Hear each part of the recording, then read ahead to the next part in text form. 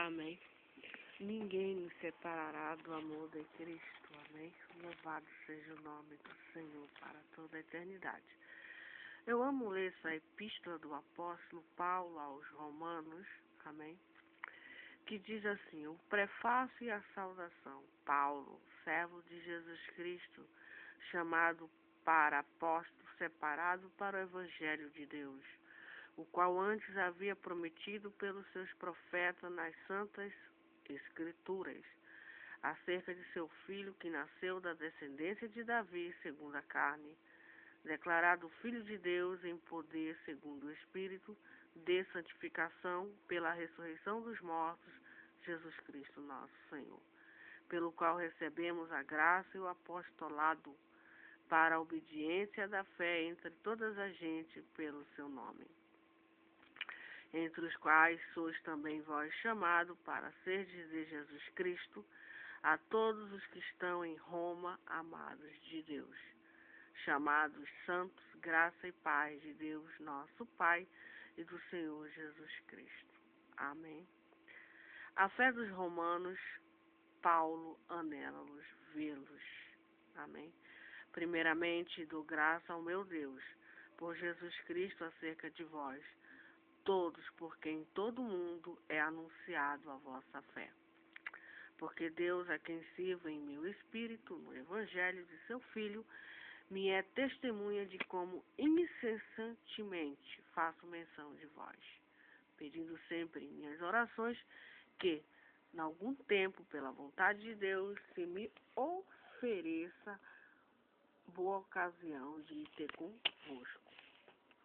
Porque desejo ver-vos para vos comunicar algum dom espiritual, a fim de que sejais confortados.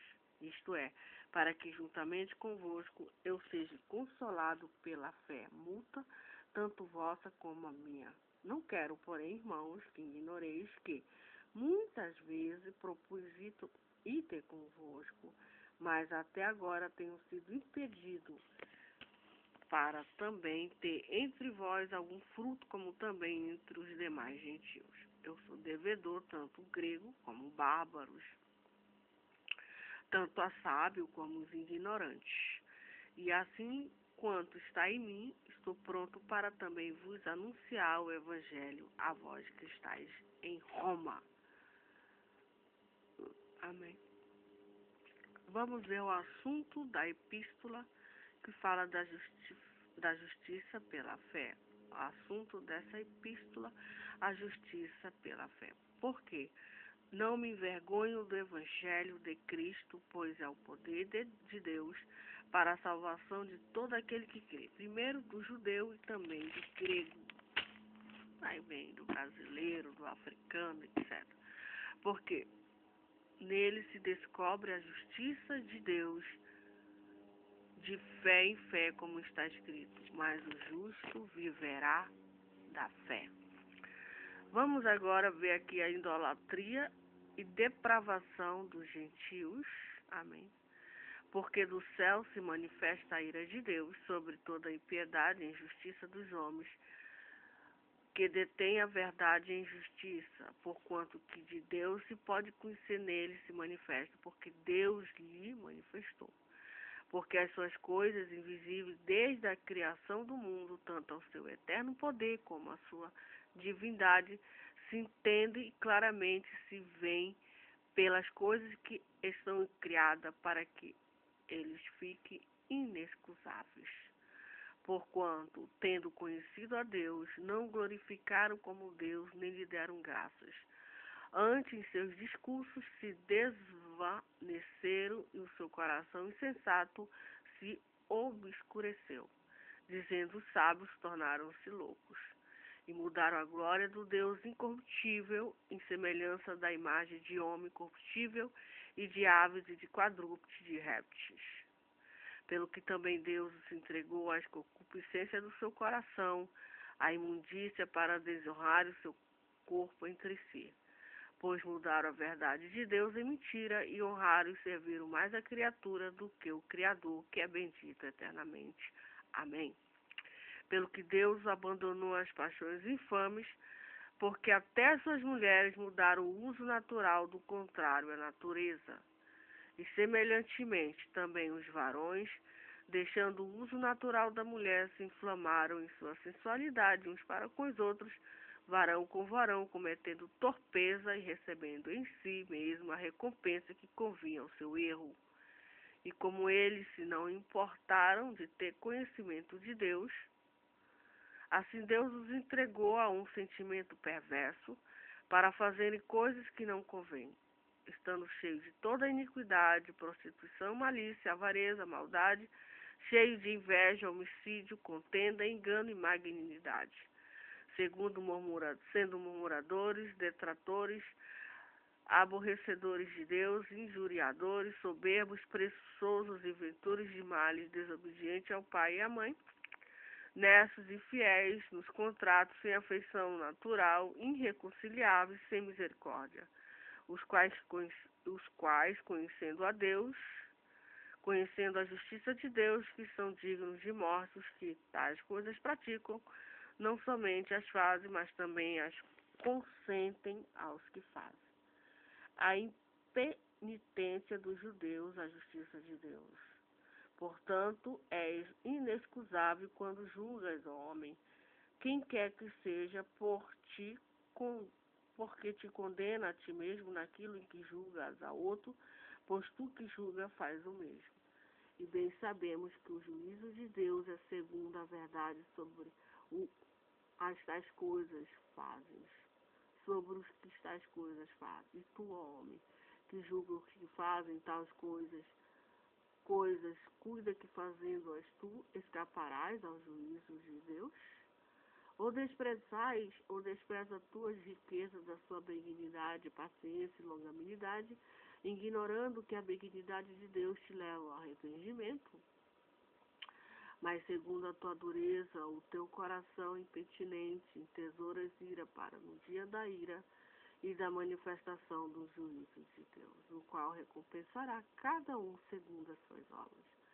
A saber, a vida eterna, os que com perseverança em fazer o bem procuram glória e honra e incorrupção, mas indignação e ira aos que são contenciosos, desobedientes à verdade e obediente à iniquidade, tribulação e angústia sobre toda a alma do homem que faz o mal, primeiramente do judeu e também do grego. Glória, porém, honra e paz a qualquer que faz o bem, primeiramente o judeu e também o grego, porque para com Deus não há acepção de pessoa. Porque todos que sem lei pecaram, sem lei também perecerão.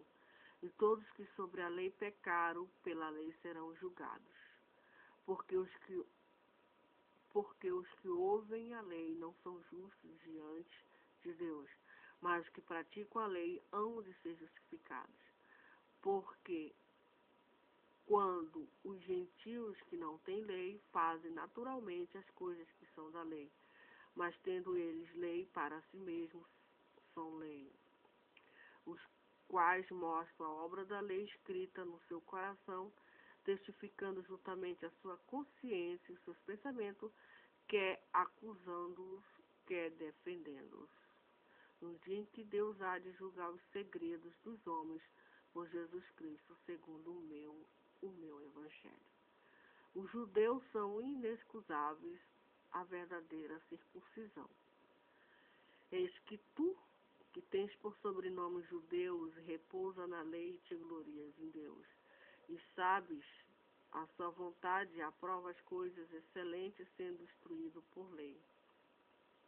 E confia que és guia do cego, luz dos que estão em trevas, instruidor dos nécios, mestre das crianças, que tens a forma da ciência e da verdade na lei.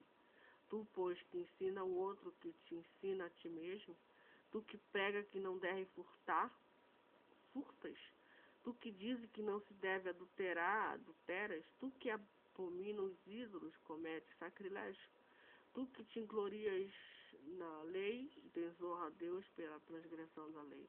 Porque, como está escrito, o nome de Deus é blasfemado entre os gentios por causa de vós. Porque a circuncisão é, na verdade, proveitosa e se tu guardas a lei, mas se tu és transgressor da lei, a tua circuncisão se torna em incircuncisão. Se, pois, a incircuncisão guardar os preceitos da lei, porventura a incircuncisão não terá reputada como a circuncisão. E a incircuncisão, que por natureza o é, se cumpre a lei, não te julgará porventura a ti, que pela letra a circuncisão é transgressor da lei. Porque não é judeu o que é o exteriormente, nem a circuncisão o que é exteriormente na carne, mas é judeu que é no interior a circuncisão o que é do coração, no espírito, não na letra, cujo louvor não provém do homem, mas de Deus. Amém. O privilégio dos judeus, a justiça de Deus. Qual é, logo, a vantagem do judeu? Qual a utilidade da circuncisão? Muita em toda maneira, porque primeiramente as palavras de Deus lhe foram confiadas. Por quê? Se alguns foram incrédulos, a sua incredulidade iniquirá a fidelidade de Deus? De maneira nenhuma. Sempre seja Deus verdadeiro e todo homem mentiroso, como está escrito. Porque seja justificado em tuas palavras e vença quando forem julgados. E se na nossa justiça, e se na nossa injustiça for causa da justiça de Deus, que diremos? Porventura será Deus injusto, trazendo ira sobre nós? Falo como homem. De maneira nenhuma. Do outro modo, como julgará Deus o mundo? Mas se pela minha mentira abundou mais a verdade de Deus para a glória sua, por que sou eu ainda julgado também como pecador? E por que não dizemos como somos blasfemados? E como alguns dizem que dissemos, façamos males para que venham bens? A condenação desses é justa. Todos os homens estão debaixo do pecado. Todos os homens estão debaixo do pecado. Por quê? Somos nós mais excelentes? De maneira nenhuma, pois já dantes demonstramos que tanto judeu como grego, todos estão debaixo do pecado. Como está escrito, não há justo, nenhum sequer. Não há ninguém que entenda, não há ninguém que busque a Deus. Todos se extraviaram e juntamente se fizeram inúteis. Não há quem faça o bem, não há nenhum só. A sua garganta é um sepulcro aberto. Com a língua trata enganosamente, peçonha de áspides está debaixo dos seus lábios. Aqui entra aquela foto que eu vi aqui no Face, na internet, eu vi uma foto, uma fotografia de mulheres com uvas de cobras. Me fez lembrar esse versículo. A sua garganta é um sepulcro aberto, com a língua trata enganosamente, peçonha de aspide está debaixo dos seus lábios, cuja boca está cheia de maldição e amargura, os seus pés são ligeiros para derramar sangue, seus caminhos à destruição e miséria. Não conhece os caminhos da paz, não há temor de Deus diante dos seus olhos. Ora, nós sabemos que tudo que a lei diz aos que estão debaixo da lei, o diz para que toda a boca esteja fechada e todo mundo seja condenável diante de Deus. Por isso, nenhuma carne será justificada diante de Deus pelas obras da lei, porque pela lei vem conhecimento do pecado. A justificação pela fé em Jesus Cristo. Amém. Mas agora se manifestou sem lei a justiça de Deus, tendo testemunho da lei e dos profetas, isto é, a justiça de Deus pela fé em Jesus Cristo, para todos e sobre todos os que creem, porque não há diferença, porque todos pecaram e destituídos estão da glória de Deus, sendo justificados gratuitamente pela sua graça, pela redenção que há em Cristo Jesus, a qual Deus propôs para apropriação pela fé no seu sangue, para demonstrar sua justiça pela remissão dos pecados dantes cometidos sobre a paciência de Deus, para a demonstração da sua justiça nesse tempo presente, para que ele seja justo justificador daquele que tem fé em Jesus. Onde está logo a jactância? É excluída. Por qual lei? Das obras? Não, mas pela fé, mas pela lei da fé. Concluímos, pois, que o homem é justificado pela fé sem as obras da lei. E porventura Deus somente dos judeus? E não é o também do gentio? Também do gentio, certamente.